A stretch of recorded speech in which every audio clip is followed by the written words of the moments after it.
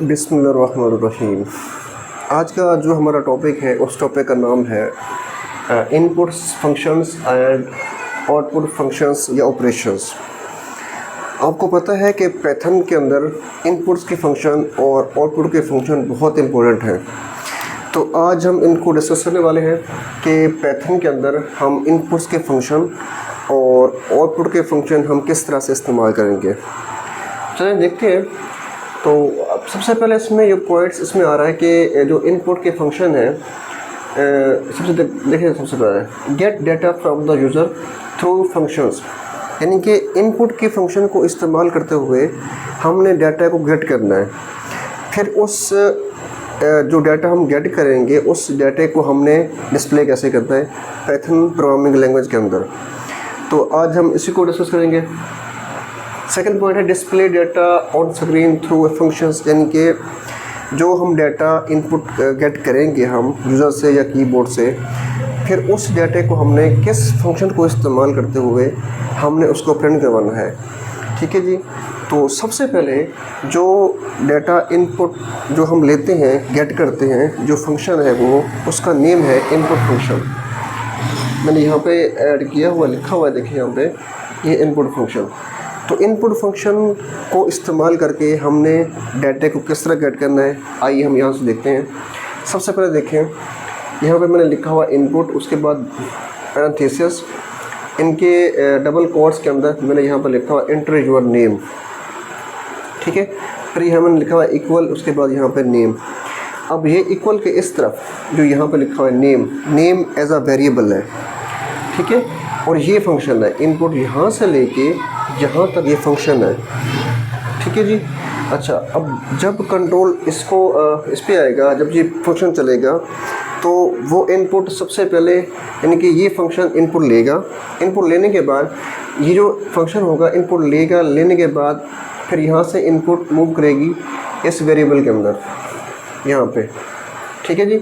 हमने यहाँ पे नेम इसलिए इस्तेमाल किया होगा ताकि जो फंक्शन इस वैल्यू को गेट कर ले, गेट करने के बाद वो फिर इस वेरिएबल में स्टोर करेगा ताकि उसको हमने मेरे बाद में प्रिंट करवाना होगा। इसकी एग्जांपल हम देखते हैं यहाँ पे। देखिए जी, ये सबसे पहले यहाँ पर एक एग्जांपल है। एग्जांपल यहाँ स्टार्ट हो रही है hash taking data from the user. आपको पता है कि जो हैश का लफ्ज़ प्रोग्रामिंग के अंदर पाइथन के अंदर आ जाए इस लाइन के स्टार्ट में, तो वो हैश की पूरी लाइन जो लिखी होती है वो कमेंट्स बोलते हैं हम। अगर आपको कमेंट्स के बारे में नहीं आइडिया, तो कमेंट्स के बारे में अगर आपने जानना है तो इसकी जो इस कमेंट्स का जो लेसन है उसका लिंक मैं इसके लास्ट में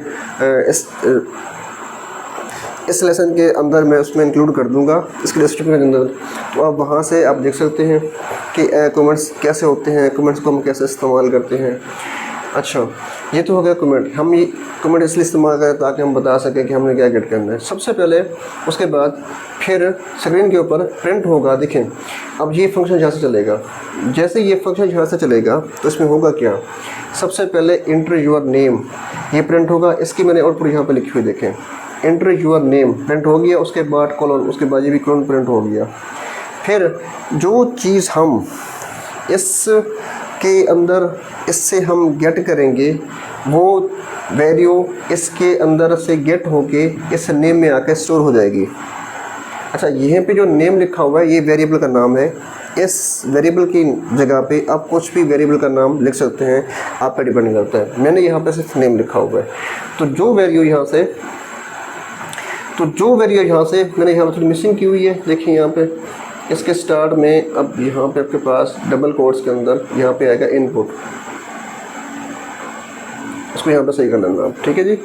अब यहाँ पे आपके पास क्या है इनपुट, यानी कि यहाँ से जो इनपुट यहाँ पे जो यहाँ से इन मिलेगी की वैल्यू, ठीक है, वो वेरिएबल नेम के अंदर स्टोर हो जाएगी।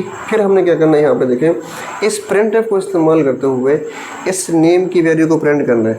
अब यहाँ समझिएगा, देखिएगा ज़रा, इस प्रिंटफ के अंदर मैंने क्या इस्तेमाल किया हुआ है, डबल कोट्स के अंदर हेलो, उसके बाद कॉमा प्लस नेम, मतलब मैंने कॉन्कैटिनेट किया हुआ है, इनके टेक्स्ट को और वेरिएबल के नेम को कॉन्कैटिनेट किया हुआ है। मीन मैं चाहता हूँ कि मेरा ये वाला टेक्स्ट और वेरिएबल की जो वैल्यू है वो भी यहाँ पे प्रिंट हो। देखें जब ये फंक्शन चलेगा इनपुट का, तो मैंने यहाँ से कोई वैल्यू देनी है, मतलब मैंने कोई नाम लिखना है, तो नेम वो इस वेरिएबल के अंदर स्टोर हो जाएगा। इस प्रिंटफ को इस्तेमाल करते हुए इस नेम की वैल्यू को प्रिंट करवाना है, प्लस साथ मैंने ये टेक्स्ट भी प्रिंट करना है, ठीक है। तो देखें अब रिज़ल्ट क्या आएगा। अब सबसे पहले इस इनपुट का देखें, यहाँ पे इंटर योर नेम, यहाँ पे पास क्या आ गया, रफ़ी आ गया। मतलब इस इनपुट को इस्तेमाल करते हुए जो मैंने स्ट्रिंग लेनी है, जो मैंने वैल्यू लेनी है, वो क्या है, उसका नाम रफ़ी है। देखें अब जब यहाँ से आ जाएगा नेम के अंदर नेम स्टोर हो जाएगा रफ़ी, ठीक है। तो जब ये प्रिंट ये प्रिंट चलेगा, ठीक है, ये प्रिंट जब ये फंक्शन चलेगा तो इस नेम के अंदर जो आपकी वैल्यू गेट की हुई है आपने इस फंक्शन के थ्रू, वो यहाँ से प्रिंट होकर यहाँ पे शो हो जाएगी। देखें तो लास्ट में इसमें लिखा हुआ है क्लास str। मैंने प्रीवियस लेसन में बताया था कि हम जब किसी भी वेरिएबल की क्लास को निकालते हैं तो उसके लिए हम क्या करना पड़ता है, ये मैंने प्रीवियस लेसन में बताया हुआ है। वैसे अगर मैं यहाँ बता दूँ आपको, देखें कैसे हम करते हैं। अगर हम प्रिंटफ के अंदर टाइप का फंक्शन है जो इस्तेमाल करके हम किसी भी वेरिएबल की टाइप को दे सकते हैं। एक बात और याद रखिए, पाइथन के अंदर जब भी हम इनपुट का फंक्शन इस्तेमाल करेंगे तो इनपुट का फंक्शन सिर्फ और सिर्फ स्ट्रिंग वैल्यू को ही लेता है, ठीक है जी। मतलब कि जब यहाँ पे हम वैल्यू ले रहे हैं तो ये वैल्यू जो हम लेंगे वो स्ट्रिंग में आएगी। स्ट्रिंग क्या होती है, मल्टीपल कैरेक्टर्स का कम्बिनेशन मिलकर एक स्ट्रिंग बनता है। फॉर एग्जांपल एक नेम है, देखें RAFI, R एक करेक्टर है, A करेक्टर है, F करेक्टर है, I करेक्टर है। ये करेक्टर मिले तो क्या बना, एक स्ट्रिंग बना। तो डबल कोट्स में हम जो ये यहाँ पे लिखते हैं तो वो क्या आता है, स्ट्रिंग ही आता है, ठीक है। ये तो था इसका फॉर एग्जांपल। अगर हम मज़ीद इसके बारे में हम आगे देखें कि इसकी मज़ीद एग्जांपल देखें तो देखें आप यहाँ पे सबसे पहले ये एग्जांपल नंबर इसकी 2 हो गई। यहाँ पे सबसे पहले मैंने यहाँ पे कमेंट्स ऐड किया हुआ है, taking data from the user, ये कमेंट्स पास हो गया, ठीक है। अब देखें अब इस इनपुट को, इस फंक्शन को इस्तेमाल करते हुए मैंने कोई वैल्यू गेट करनी है। देखें जब ये फंक्शन चलेगा तो ये इनपुट का फंक्शन अपने अंदर वैल्यू गेट करके इस वेरिएबल में स्टोर कर देगा यहाँ पे। तो मतलब मैंने जो वैल्यू गेट की हुई यहाँ से, ठीक है। अब देखिएगा यहाँ पे मैंने जो वैल्यू यहाँ से गेट करनी है वो किस में आ गया, नम, यानी कि NUM नम एक वेरिएबल है, इसमें स्टोर हो जाएगा। फिर मैंने प्रिंट को इस्तेमाल करके इस नम की वैल्यू को प्रिंट करना है। फिर इस प्रिंट को इस्तेमाल करके इसमें इस नम की टाइप को देखना है कि इस नम के अंदर जो वैल्यू मैंने गेट की हुई है उसकी टाइप कौन सी है, ठीक है जी। अब देखिएगा यहाँ पे जो मैंने यहाँ से इंटर नंबर 10, यानी कि जो मैं यहाँ पे सबसे पहले ये फंक्शन चलेगा इनपुट का, तो सबसे पहले प्रिंट क्या होगा, इंटर नंबर। इसके साथ ये जब इंटर नंबर यहाँ प्रिंट हो जाएगा तो मैं जो वैल्यू यहाँ पे ऐड करूँगा, गेट करूँगा, वो मेरे वेरिएबल में स्टोर हो जाएगी। फिर मैंने प्रिंट नम को इस्तेमाल करते हुए, मतलब इसके साथ मैंने यहाँ पे इसकी वैल्यू को यहाँ पे प्रिंट करवा देना है। अच्छा, उसके बाद इसको इस्तेमाल करते हुए मैंने इसकी टाइप को यहाँ बता देना है कि इसकी टाइप कौन सी str। अब यहाँ देखिएगा, ज़रा सोचिएगा कि मैंने पहले कहा था आपको कि इनपुट का फंक्शन इस्तेमाल करते हुए हम सिर्फ स्ट्रिंग की वैल्यू को गेट कर सकते हैं। अब देखें मैंने यहाँ पे जो नंबर लिया हुआ है वो नंबर है 10 कौन सा है, इंटीजर वैल्यू है। आपको पहले पता होगा कि मैंने डेटा टाइप्स के ऊपर जो डेटा की टाइप्स हैं उनमें मैंने बताया हुआ था आपको कि स्ट्रिंग कौन सी होती है, उसमें फ्लोट कौन सी होती है, ठीक है। तो अब ये जब इसमें देखिए, इसमें हो क्या रहा है कि हम जो वैल्यू गेट कर रहे हैं वो कौन सी है, 10 है। तो 10 कौन सी वैल्यू, इंटीजर 10। देखें जो 10 है आपके पास ये वैल्यू है इंटीजर टाइप की है, ठीक है। लेकिन यहाँ बता रहे हैं कि क्लास आपके कौन सी आ रही है, str स्ट्रिंग आ रही है। मीन क्या हुआ कि जो आप यहाँ से 10 ले रहे हैं वो यहाँ पे एज ए स्ट्रिंग आएगा। इसमें ना मसला आएगा, इसमें प्रॉब्लम क्रिएट होगा। वो कौन सा होगा, देखें इसमें ना टाइप कास्टिंग का एरर देगा आपको। वो टाइप कास्टिंग का एरर कैसे रिमूव होगा, देखें मैंने यहाँ पे डिफाइन किया प्रॉब्लम। इसमें क्या आएगा, देखें प्रॉब्लम इसमें क्या आएगा। अगर मैं मिसाल के तौर पर इसी नम के अंदर मैं कहता हूँ नम इज इक्वल टू 2, यानी कि इस नम के अंदर जो मैंने वैल्यू 10 ऐड की हुई है, ये जो वैल्यू गेट करूँगा यहाँ पे 10, इसमें अगर 2 का इंक्रीमेंट करता हूँ, इसमें 2 ऐड करता हूँ, तो इसकी वैल्यू यहाँ पे क्या हो जाएगी, यहाँ पे 12 हो जाएगी। 12 किसको मिलेगा, नम को, यानी कि नम की जो न्यू वैल्यू बनेगी वो क्या होगी, 12 होगी, ठीक है।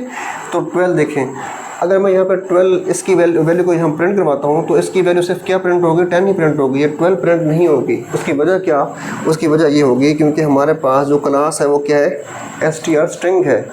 इस वजह से उसने इसमें 10 के अंदर 2 का इंक्रीमेंट नहीं किया। ज़रा गौर से समझिएगा इस बात को, ठीक है।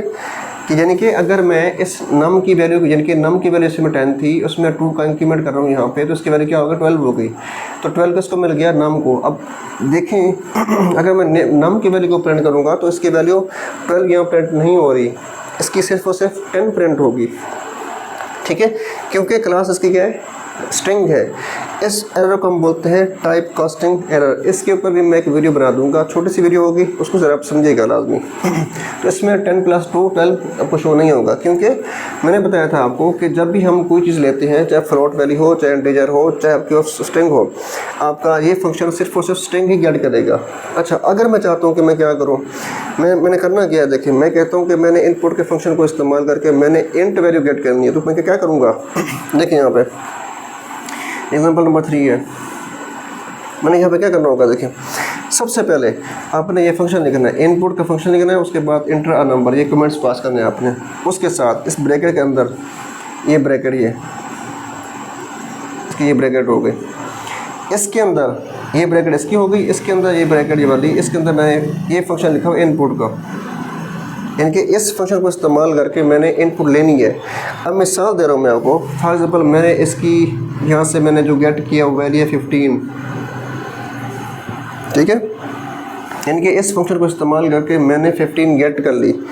फिर ये 15 क्या करेगा, यहाँ से ये वाला फंक्शन जब यहाँ से इसकी वैल्यू यहाँ पे आएगी, ठीक है, तो यहाँ पे लिखा हुआ है इंट, यहाँ पे लिखा हुआ है, तो मतलब जो फंक्शन ये लेगा 15 वैल्यू को, ये लेगा एज ए स्ट्रिंग वैल्यू, ठीक है। फिर एज ए स्ट्रिंग वैल्यू को, या जब यहाँ पे ये वैल्यू आएगी तो ये इंट फंक्शन क्या करेगा, इंट टाइप क्या करेगी, इस स्ट्रिंग को इंट में कन्वर्ट कर देगी। फिर ये इंट की वैल्यू आगे नम में क्या होगी, स्टोर हो जाएगी यहाँ पे। अब मैंने क्या वैल्यू यहाँ पे ली थी 15 इंटीजर में कन्वर्ट हो गए, नम को मिल गई, यानी कि अब इस नम की जो वैल्यू बनेगी वो क्या होगी, 15 होगी। और कीजिएगा, अब मैं जब यहाँ प्रिंट को इस्तेमाल करूँगा तो नम की वैल्यू क्या प्रिंट होगी, आउटपुट के अंदर 15 प्रिंट होगी। मैंने यहाँ पे 12 लिखा हुआ है, इसकी मैंने वो लास्ट में बता देता हूँ आपको।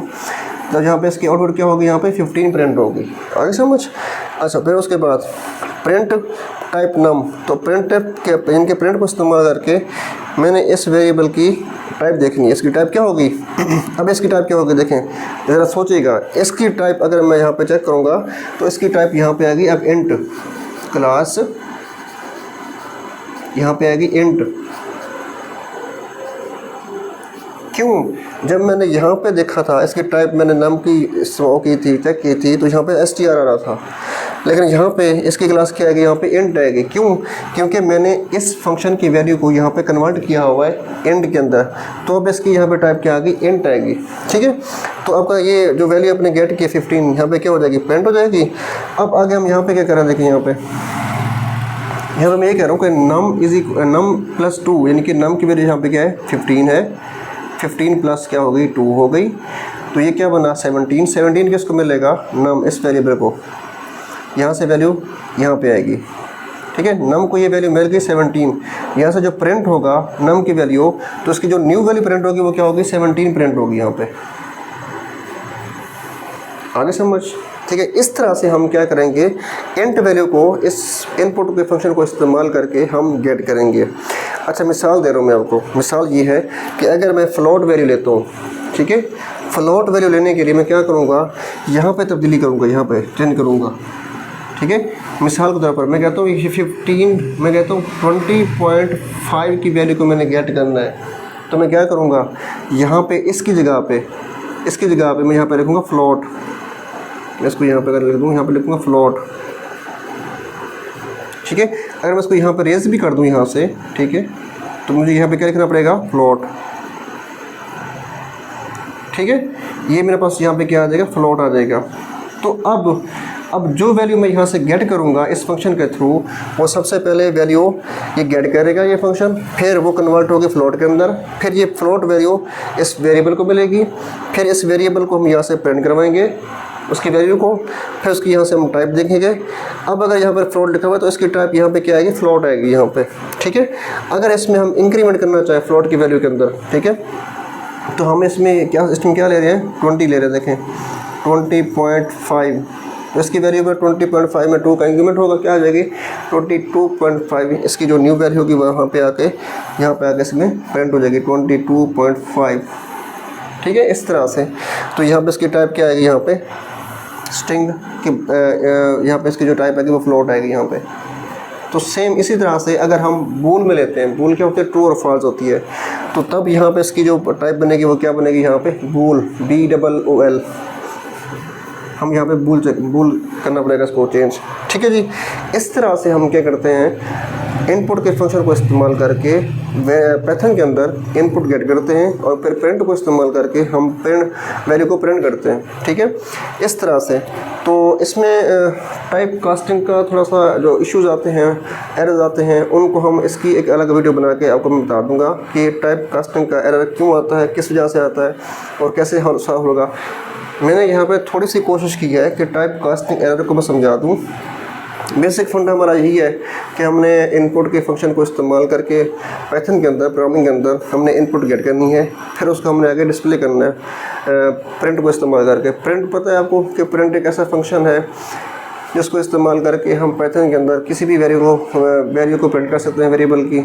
और इनपुट का फंक्शन इस्तेमाल करके हम इनपुट ले सकते हैं किसी भी वेरिएबल के अंदर। तो इस तरह से हमने वैल्यू गेट की और वैल्यू हमने क्या की, प्रिंट की।